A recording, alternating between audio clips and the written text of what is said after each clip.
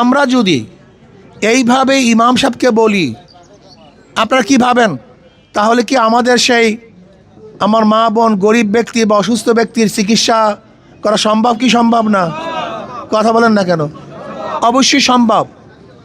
এই অফিসে উদ্যোগ নেবে, এই অফিসে উদ্যোগ নেবে, এই অফিসকে উদ্যোগ নিবে। আমি চাই এই অফিস উদ্যোগ নিবে। আমার 10 জন ভাই নেশাগ্রস্ত, নেশায় আক্রান্ত, তার বাপ মাকে বুঝিয়ে রিহাবে তাদেরকে ভর্তির ব্যবস্থা করবে এই অফিস। চলো ভাই, বাপ মাকে বলবেন রিহাবে ভর্তি করে দেন, যেন নেশার থেকে মুক্ত হয়ে যায়।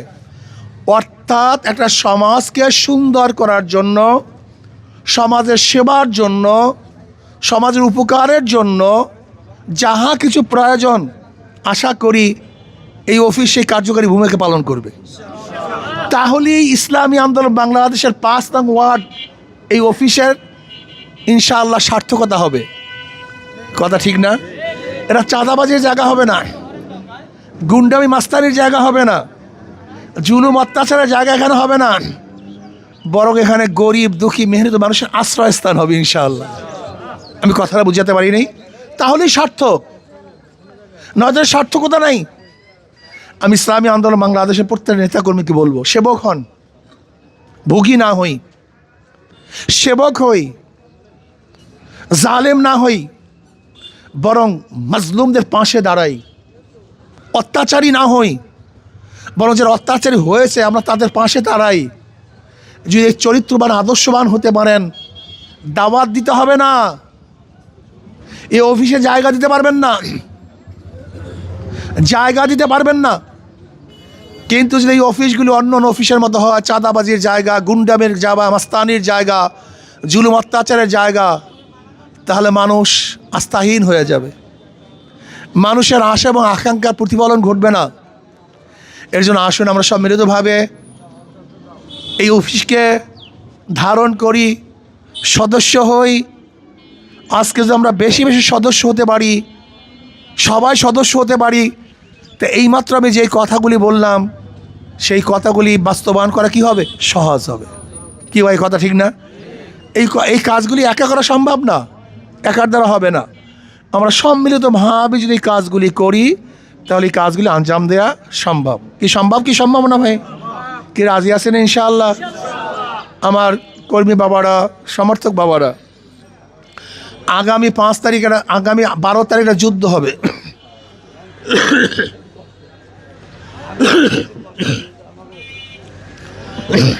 আগামী 12 তারিখে যুদ্ধ হবে। কথা না বলি, আগামী 12 তারিখে যুদ্ধ হবে। আমি বিশ্বাস করি 5 নং ওয়ার্ডের সেফাহ সালাররা, কর্মীরা, সৈনিকেরা সেই যুদ্ধে বিজয় হবে ইনশাআল্লাহ,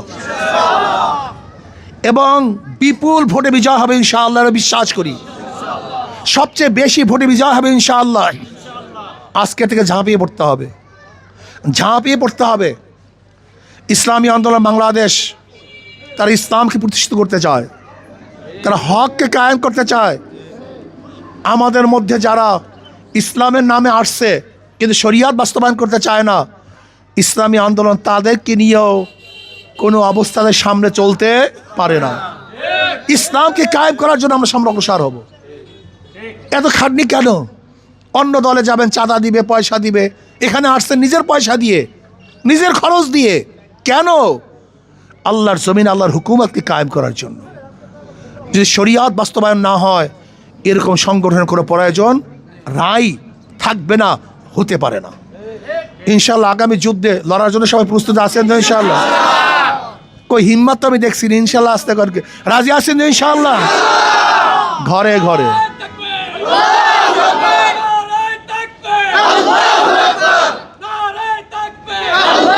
ইনশাআল্লাহ। আল্লাহ আমাদেরকে সবাইকে কবুল করে নেন, হিম্মত এবং খুলুসের কাজ করেন, দাঁড়ে দাঁড়ে যান। তবে আমি শুধু একটা ওয়াদা দেব, যদি আল্লাহ পাক আমাকে কবুল করেন, এই কনস্টিটিউশনের মধ্যে কোনো মিথ্যা মামলা আশা করি হবে না, হতে দেব না ইনশাআল্লাহ। কারোর বাড়িঘর ছেড়ে পালিয়ে থাকতে হবে না ইনশাআল্লাহ। কোনো স্ত্রী তার স্বামীকে দেখবে না, এটা হবে না। কোনো মায়ের বুক খালি হবে, আশা করি ইনশাআল্লাহ এটা হবে না। আমি চাই না একটা মিথ্যা মামলা থাকুক, আমি চাই না জুলুম হোক, আমি চাই না মানুষগুলি কাঁদুক, আমি চাই না কোনো মায়ের বুক খালি হোক, আমি চাই না কোনো স্ত্রী বিধবা হোক, আমি চাই না কোনো সন্তান এতিম হোক। আমরা মিলেমিশে থাকতে চাই। আমি বিশ্বাস করি ইনশাআল্লাহ যদি আল্লাহ পাক আমাকে কবুল করেন, অবশ্যই ইনশাআল্লাহ আমি জুলুম মুক্ত একটা দেশ গড়ার, অঞ্চল গড়ার চেষ্টা করব। আল্লাহর জমিনে আল্লাহর হুকুমত কায়েম করার চেষ্টা করব, গরিবদের পাশে থাকার চেষ্টা করব, সমস্ত মানুষের অধিকারকে ফিরিয়ে দেওয়ার চেষ্টা করব। আল্লাহ আমাকে আমাদের সবাইকে কবুল করে নেন। নয় সমাপ্ত কর্মমোদের অবকাশ কোথায় বিশ্রামের, আজকের থেকে ইনশাআল্লাহ দাঁড়ে দাঁড়ে নামতে হবে, ঘরে ঘরে যেতে হবে, মানুষকে বোঝাতে হবে। কি বোঝাবেন? শুধু একটা কথা বুঝান যে ভাই সরোয়ার ভাইকে তো আমরা বারবার দেখেছি, কি দেখি নাই? চারবার দেখেছি, এমপি, হুইপ এবং মেয়র। তিনি কি করেছেন, কি করেন না সব আমরা জানি। যদি দ্বিতীয়বার আবার নির্বাচিত করেন, জনগণ করবে, কিন্তু কি করবে নির্বাচিত হলে সবাই আমরা জানি। কিন্তু আমাকে একবারও দেখেননি। আমি কি করতে পারবো আপনারা এখনও আমার বাস্তব রূপ দেখেন নাই। শুধু একটা বার পরীক্ষা করুন, একটা বার। যদি আমি ফেল করি, 4 বার আপনার কাছে আসবো না, দ্বিতীয়বার কোনো দিন আর আপনাদের কাছে ভোট নেওয়ার জন্য আসবো না, দ্বিতীয়বার আসবো না। শুধু একটা বার পরীক্ষা করুন। কি রাজি আছেন ইনশাআল্লাহ? একটা বার ইনশাআল্লাহ অবশ্যই চেষ্টা করবো। আল্লাহ আমাদের সবাইকে কবুল করে নেন। আল্লাহুম্মা আমিন। রব্বানা